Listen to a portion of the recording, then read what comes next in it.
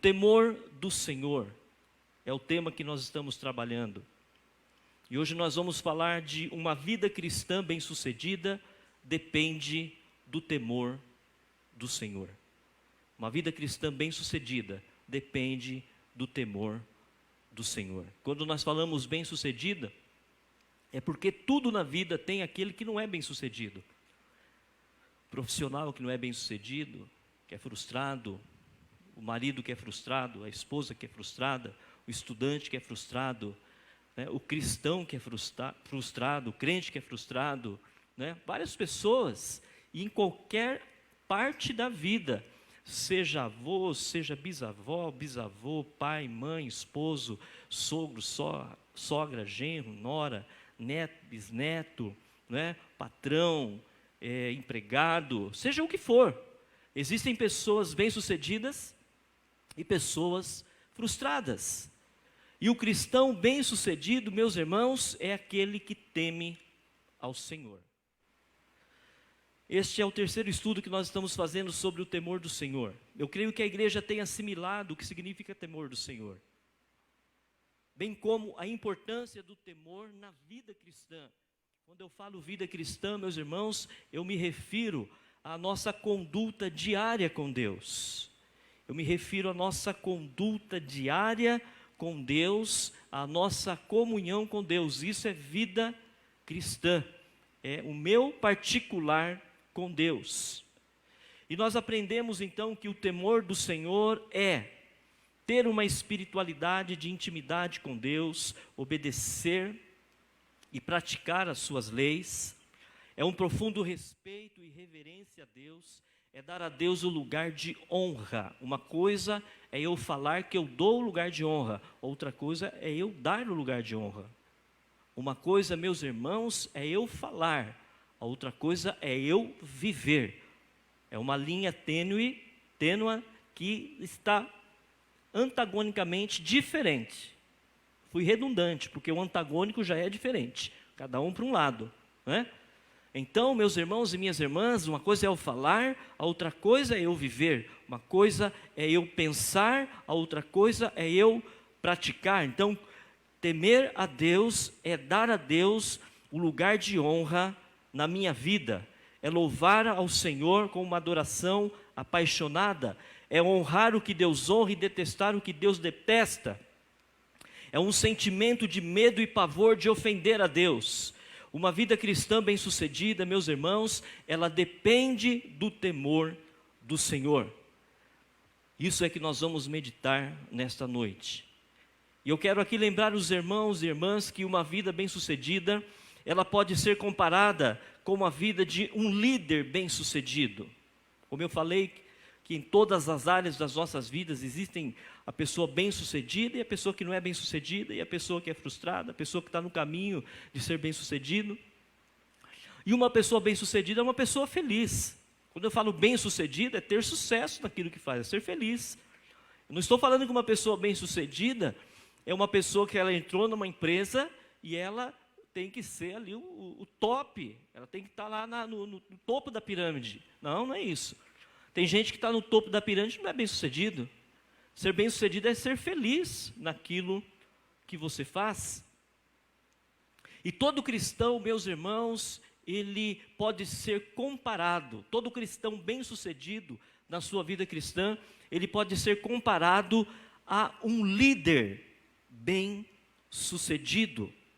Um líder bem-sucedido. Olha só. O líder bem-sucedido é aquele que vê mais do que os outros veem. É aquele que sempre que enxerga mais um pouco. É aquele que vê mais longe do que os outros veem.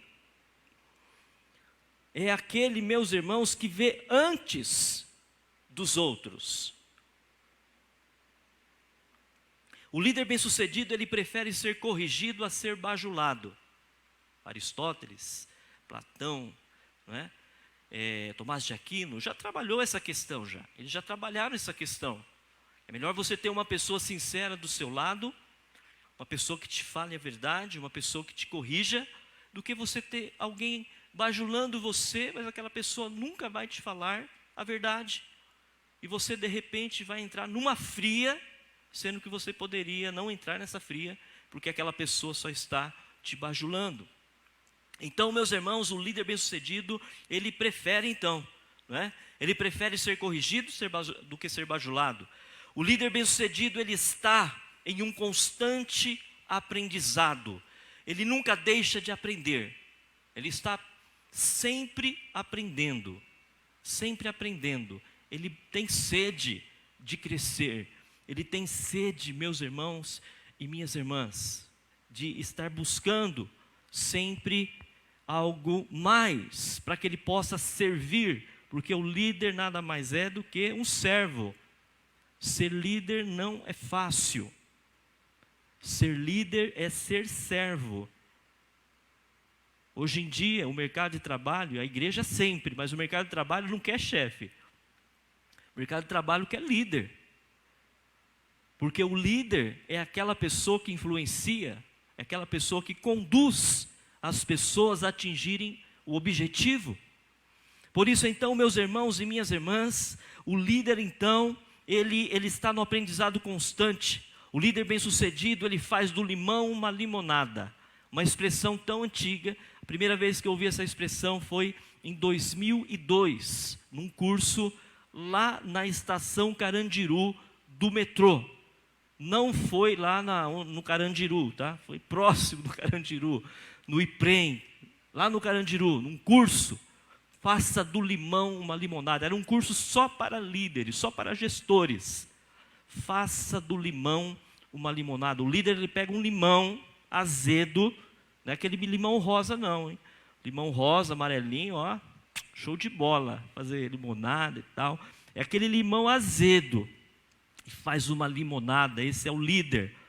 Das pedras ele faz uma escada. O líder bem-sucedido, ele não é ovo e nem cenoura, ele é café. Enfrentando a água fervente, o ovo endurece. Aí nós vemos então ao nosso redor pessoas meigas, pessoas, né, que falam macio. Quando chega a água quente, uma hora difícil, endurece. Deixou de ser meiga, deixou de ser macio. E aí então endurece, enrijece. É o ovo, quando vai a uma temperatura fervente. O líder, ele não é uma cenoura. Da mesma forma, né? Tem pessoas que falam para você, conta comigo, eu estou aqui, né? É firme e forte como uma cenoura. Quando vem uma situação quente, uma situação que ferve, aquela cenoura, o que acontece com a cenoura? Amolece. É naquela hora que a gente mais precisa contar, o líder cenoura, ele amolece. Mas, meus irmãos, o líder café é aquele que muda a realidade da água fervendo. Ele tira o melhor daquela situação, ele dá cheiro e ele dá sabor, aleluia, amém, uhul! Essa igreja está cheia de líder café, sim ou não? Está cheio de homens e mulheres que têm uma vida cristã café, amém? Não cenoura, e não ovo, hã? É molinho, molinho, tchu, tchu, tchu, tchu, tchu, tchu. Opa! Quando vem a coisa quente, né? Por isso então, meus irmãos e minhas irmãs, nós só podemos ter uma vida cristã bem-sucedida quando nós tememos a Deus. Eu falei que a vida cristã bem-sucedida, ela pode ser comparada com a vida de um líder bem-sucedido. Por quê?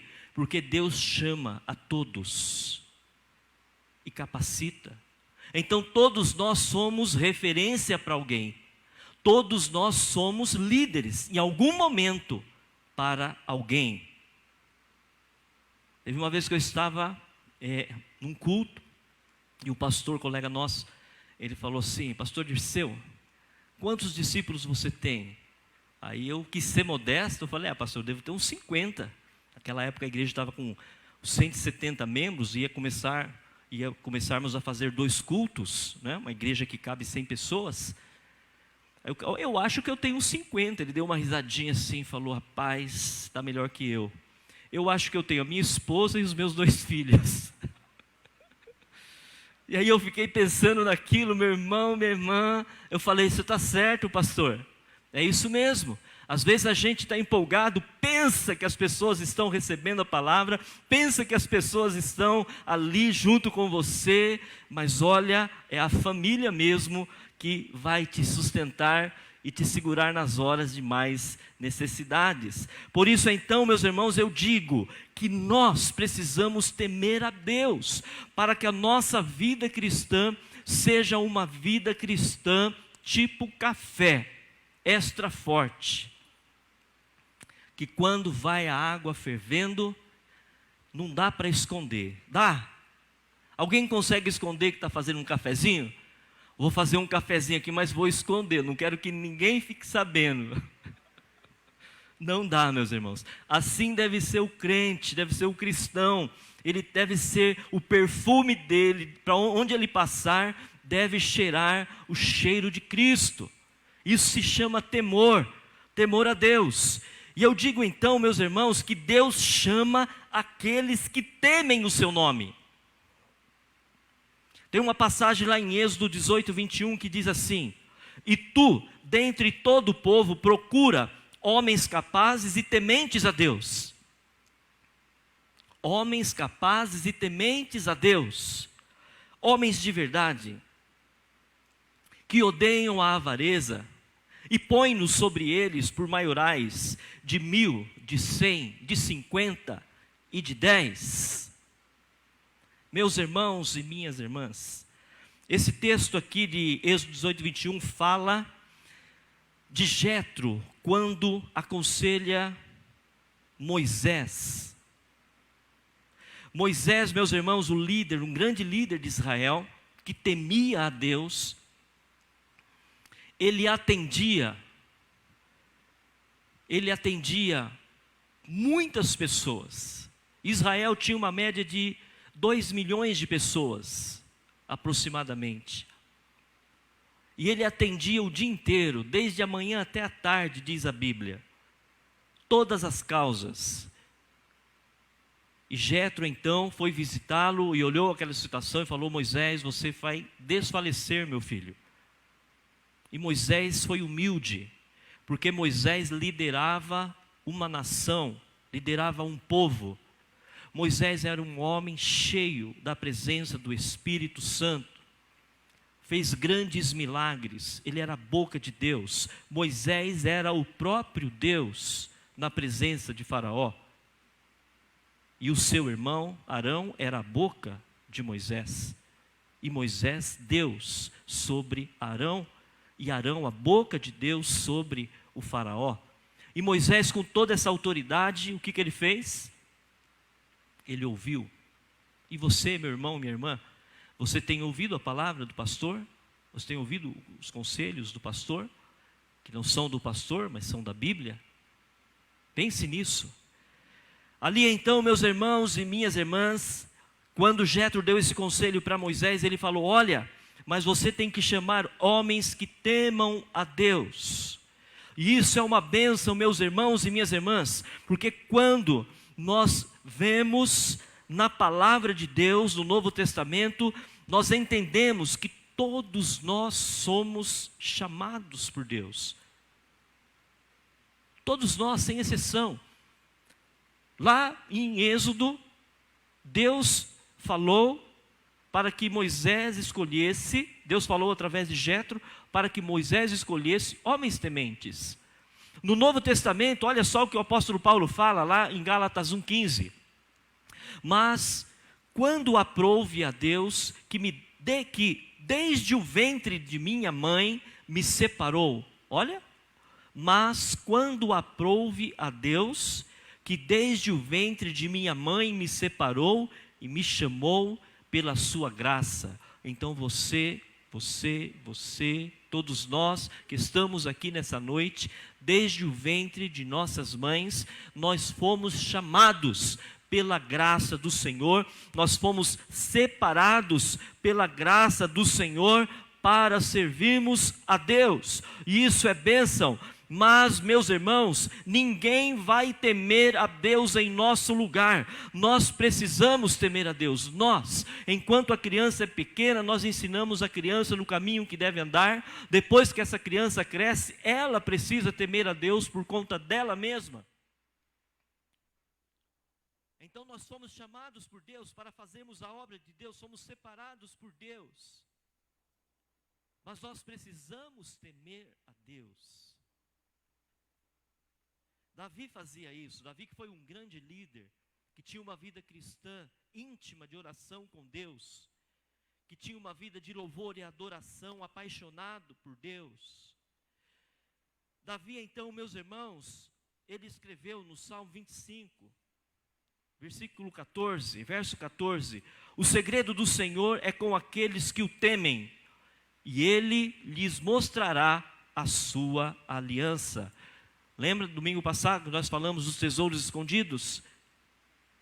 O segredo do Senhor é revelado àqueles que o temem. O temor do Senhor, meus irmãos, é algo maravilhoso, porque o temor do Senhor nos livra de irmos para o inferno, nos livra de fazermos coisas erradas. Se muitos homens tivessem o temor do Senhor, quando eles saíssem dos seus trabalhos, eles iriam direto para as suas casas. Não dava uma passadinha em lugar nenhum. Se muitas mulheres temessem a Deus, quando elas fossem então trabalhar, ou mesmo no salão de manicure, ela nunca ia expor a vida dela pessoal com quem ela não conhece. Ou ela nunca ia procurar se aconselhar com aquele colega de trabalho que mais parece um gavião do que um colega de trabalho, só esperando o momento certo de uma fraqueza, de um desentendimento conjugal para dar o bote. Quando temos o temor de Deus, nós somos vacinados contra essas coisas.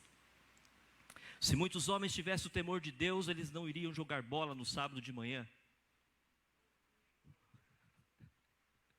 Eu escutei um burbulho aí, irmãos.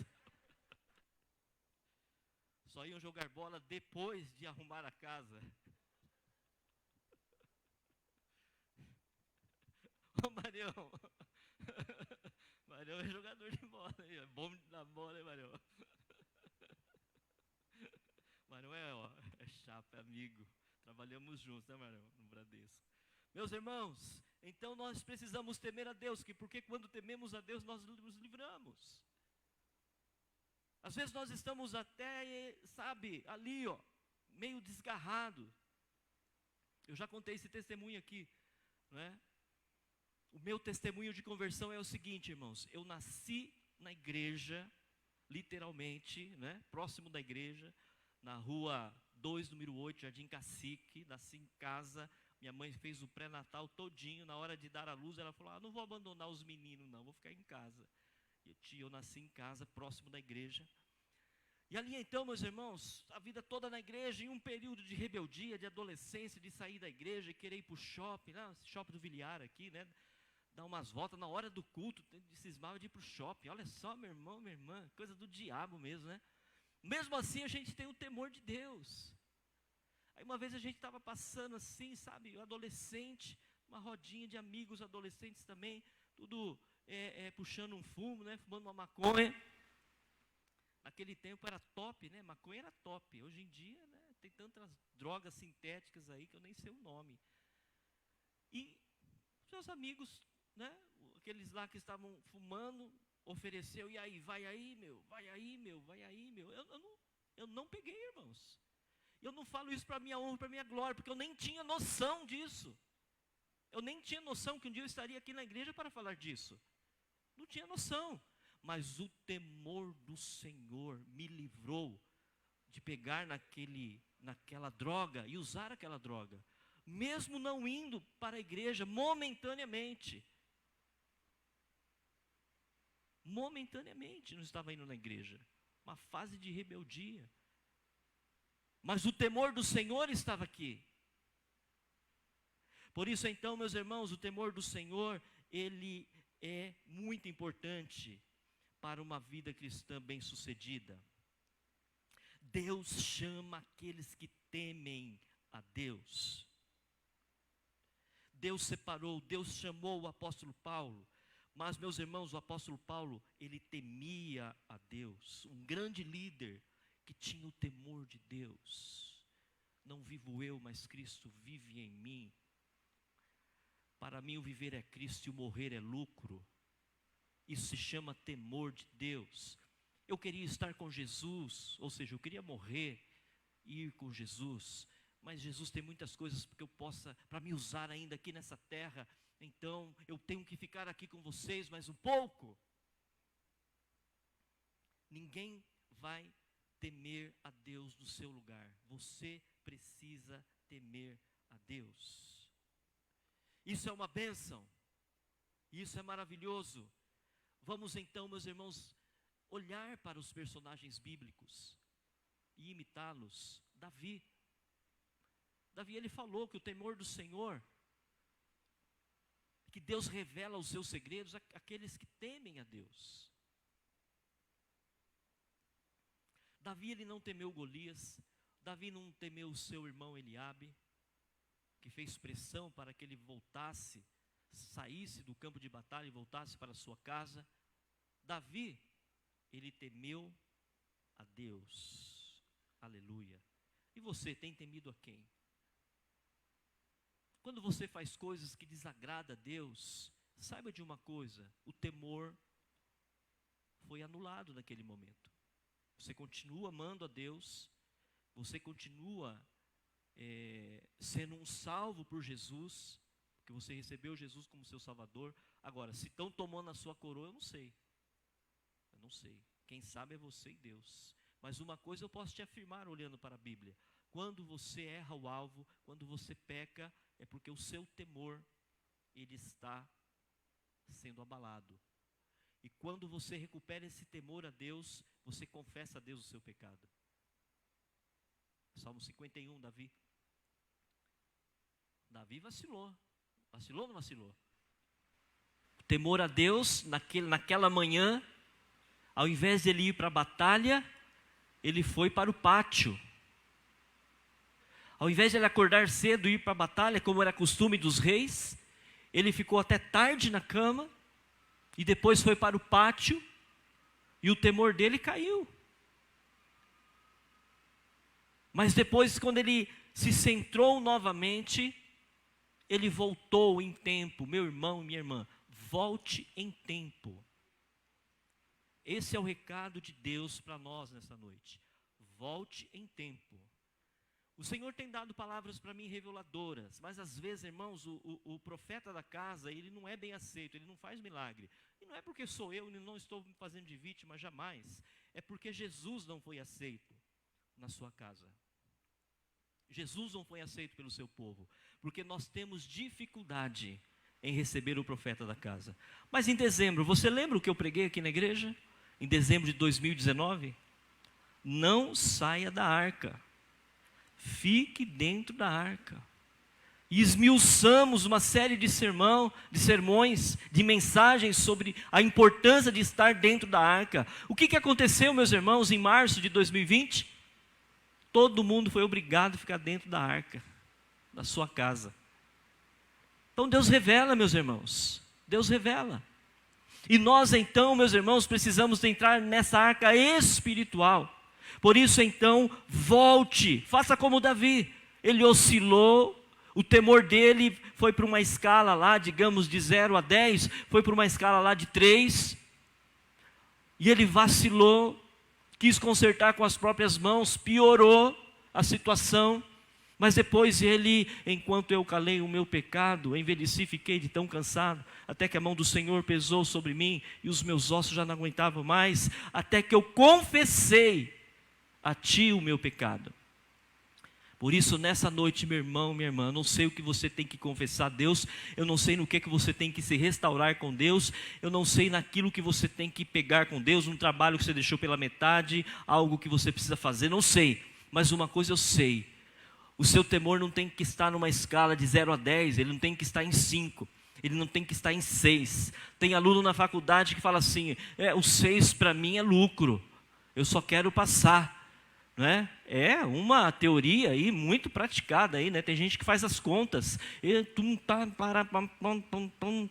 eu tirar 0,3 eu passei, tá ótimo, né? Mas quando se diz respeito a temor a Deus, o nosso temor de uma escala de 0 a 10 tem que ser quanto, meus irmãos? Aleluia, uma salva de palmas para Jesus. Tem que ser 10. Tem que ser 10. Só assim, meus irmãos, nós vamos então nos colocarmos diante de Deus como Ele deseja que nós nos coloquemos diante dEle. Deus, Ele chama aqueles que temem o seu nome, e Deus capacita também.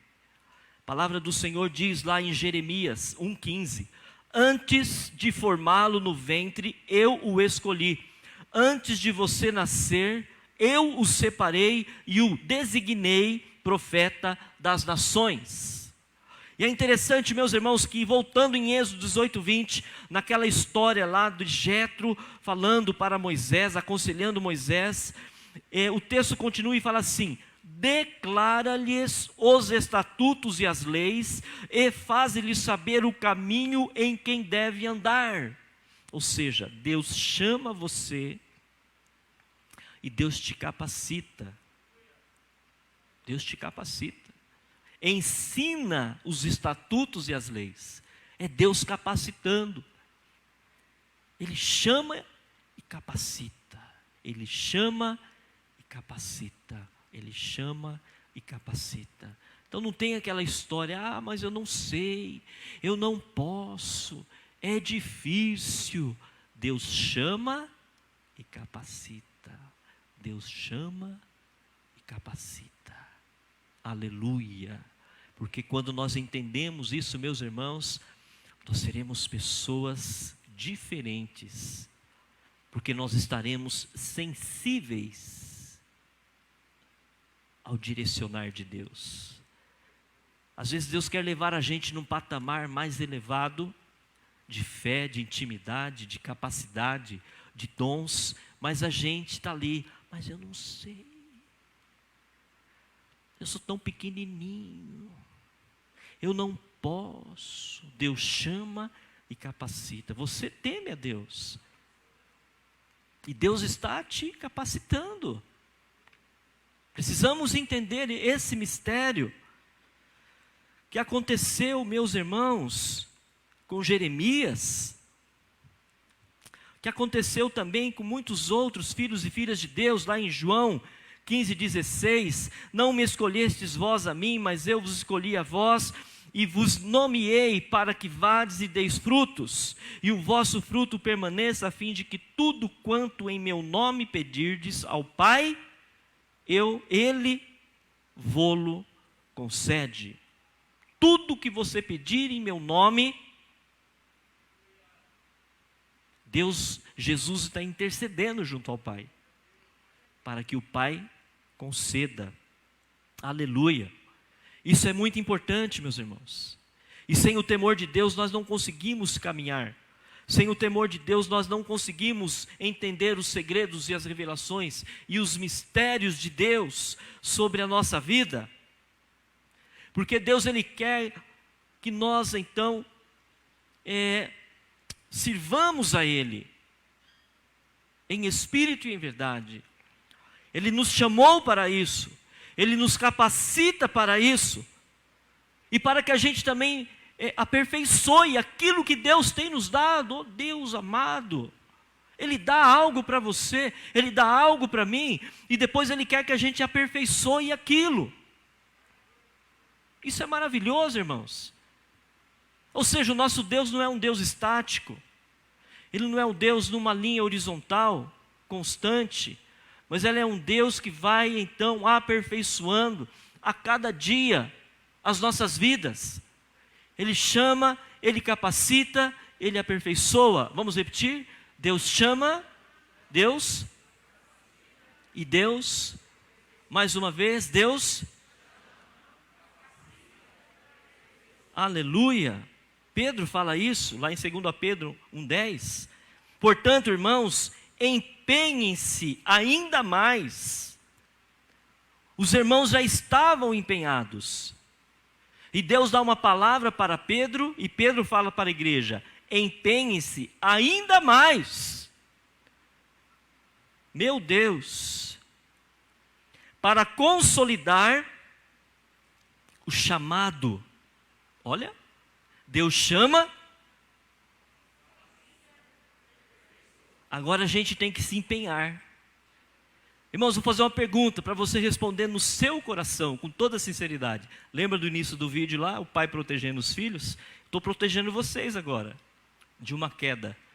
Vocês têm se empenhado para aperfeiçoar? Responda cada um para si. A Bíblia fala que Deus chama, Deus capacita, Deus aperfeiçoa.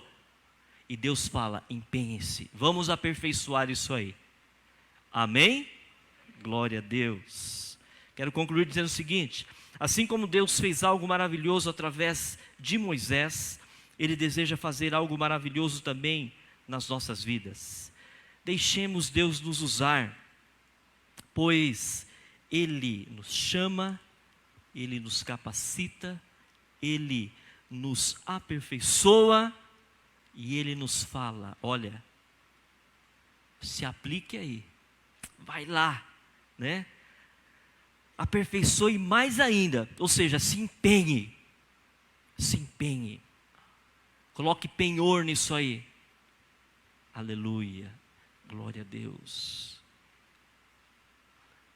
Antigamente era normal, as pessoas precisavam de um dinheirinho, elas pegavam um brinco de ouro, uma corrente de ouro, alguma coisa de ouro, ia lá na caixa e empenhava aquilo lá. É ou não é? Colocava lá, fazia um empréstimo e estava lá a joia. Aí depois ela pagava o empréstimo e retirava a joia. Ela empenhava aquela joia. Se ela não pagasse, a joia estava lá, ó. Deus, Ele tem dado uma joia para todos nós, que é a salvação. E ela está empenhada em Cristo Jesus. E nós precisamos, meus irmãos, obedecer a palavra. E cada dia mais nos aperfeiçoarmos em Cristo Jesus. Aleluia. Deixemos Deus nos usar, igreja. Deixemos Deus nos usar, para que possamos então desfrutar das promessas sobre todos aqueles que o temem. Não sei se você sabia o que era temor a Deus. Tenho falado, tenho repetido, porque é importante. Temer a Deus é dar o melhor lugar na nossa vida a Deus. Temer a Deus é amar o que Ele ama, detestar o que Ele detesta. Temer a Deus é sentir um medo e um pavor de errar contra Deus. Quando nós tememos a Deus, então, nós vamos desfrutar das bênçãos que Ele tem para todos nós. Aleluia. E eu quero destacar apenas mais duas, nesta noite. Aqueles que temem a Deus. Presta atenção. Às vezes você está querendo paz, você não aguenta mais a confusão, você não aguenta mais a situação que você está vivendo, a sua cabeça está ali a ponto, não é, de explodir, figuradamente falando, e você está querendo paz. Deus promete paz àqueles que o temem. Provérbios 15:16. Provê a paz da mente. Aleluia. Glória a Deus, presbítero Rubens. Provê a paz da mente.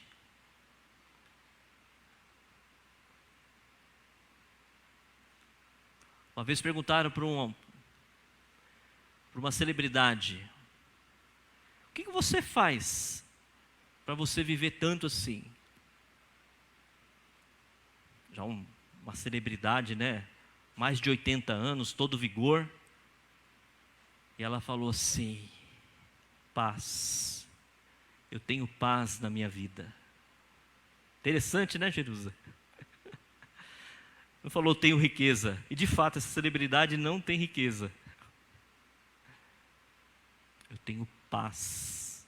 A paz é um excelente remédio contra rugas. Contra pé de galinha. Esses dias minha filha chegou, falou: pai, você tem pé de galinha? Eu falei: não, filha. Estiquei minha pele. E ontem ganhei outro brinde. A minha neta, falei para ela: e aí, filha? Neta, né? Falei: e aí, Nina, como é que está o cabelo do vô? Ela olhou assim: está um pouco grande e um pouco pequeno. Aí eu não me conformei com a resposta, Sueli. Fui perguntar de novo, dancei. Como é que está o cabelo do vô, Nina? Fala aí. Está branco e preto. Irmãos, isso traz paz ao coração. A sintonia com a família. Momento de lazer com a família. Alegria com a família. Sabe, estar na casa do Senhor. Desenvolver o ministério com amor. Traz paz. Você não vai encontrar paz remoendo, fechado na sua casa, ou remoendo aquela situação. Não, vamos resolver isso aqui de qualquer jeito. Tem hora que a gente tem que deixar Deus resolver. Tem pessoas que falam assim: eu já coloquei na mão de Deus, e sai igual um touro para resolver tudo. Enquanto não resolve, não sossega. Mas deixou na mão de Deus? Eu não entendi. E sai igual um touro numa loja de porcelana.